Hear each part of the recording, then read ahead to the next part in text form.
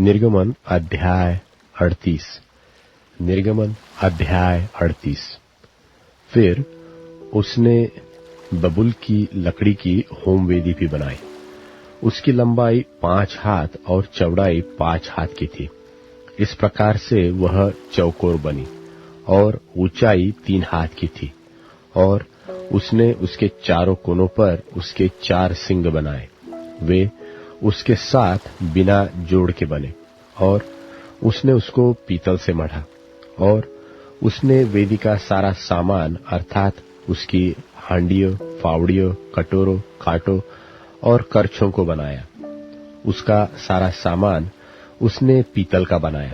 और वेदी के लिए उसके चारों ओर की कंगनी के तले उसने पीतल की जाली की एक झंझरी बनाई।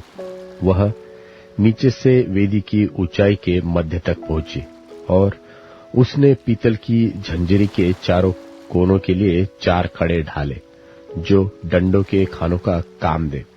फिर उसने डंडों को बबूल की लकड़ी का बनाया और पीतल से मढ़ा। तब उसने डंडों को वेदी की अलंगों के कड़ों में वेदी के उठाने के लिए डाल दिया। वेदी को उसने तख्तों से खोखली बनाया। और उसने हौदी और उसका पाया दोनों पीतल के बनाए। यह मिलाप वाले तंबू के द्वार पर सेवा करने वाली महिलाओं के दर्पणों के लिए पीतल के बनाए गए। फिर उसने आंगन बनाया। और दक्षिण अलंग के लिए आंगन के पर्दे बटी हुई सूक्ष्म सनी के कपड़े के थे और सब मिलाकर 100 हाथ लंबे थे। उनके लिए 20 खंबे और इनकी पीतल की 20 कुर्सियां बनी। और खंभों की घुंडियां और जोड़ने की छड़े चांदी की बनी। और उत्तर अलंग के लिए भी 100 हाथ लंबे पर्दे बने। और उनके लिए 20 खंबे और इतनी पीतल की 20 ही कुर्सियां बनी।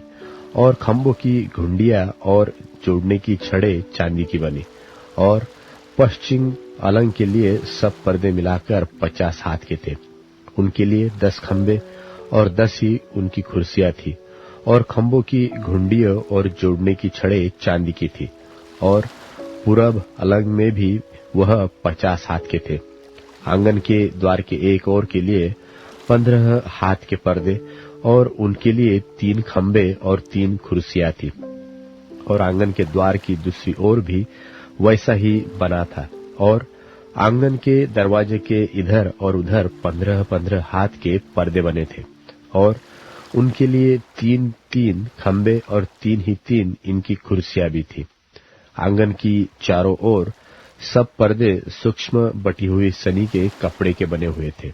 और खंभों की कुर्सियां पीतल की और घुंडियां और छड़े चांदी की बनी। और उनके सिरे चांदी से मढ़े गए।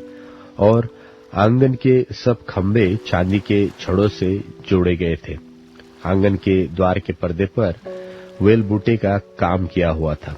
और वह नीले, बैंगनी और लाल रंग के कपड़ों का और सूक्ष्म बटी हुई सनी के कपड़े के बने थे। और उसकी लंबाई 20 हाथ की थी। और उसकी ऊंचाई आंगन की कनात की चौड़ाई के समान 5 हाथ की बनी। और उनके लिए 4 खंबे और खंभों की 4 ही कुर्सियां पीतल की बनी। उनकी घुंडियां चांदी की बनी। और उनके सिरे चांदी से मढ़े गए। और उनकी छड़े चांदी की बनी। और निवास और आंगन की चारों ओर के सब खुंटे पीतल के बने थे। साक्षी पत्र के निवास का सामान जो लेवियों की सेवकाई के लिए बना और जिसकी गिनती हारून याजक के पुत्र इतामार के द्वारा मूसा के कहने से हुई थी, उसका वर्णन यह है।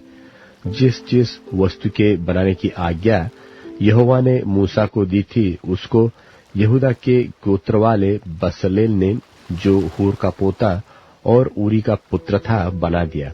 और उसके संग दान के गोत्र वाले अहीसामाक का पुत्र ओहोलीआब था, जो खोदने और काटने वाला और नीले, बैंगनी और लाल रंग के और सूक्ष्म सनी के कपड़े में कारचोब करने वाला निपुण कारीगर था। पवित्र स्थान के सारे काम में जो भेंट का सोना लगा, वह 29 किक्कार और पवित्र स्थान के शेकेल के हिसाब से 703 शेकेल था। और मंडली के गिने हुए लोगों की भेंट की चांदी 100 किक्कार और पवित्र स्थान के शेकेल के हिसाब से 1775 शेकेल थी।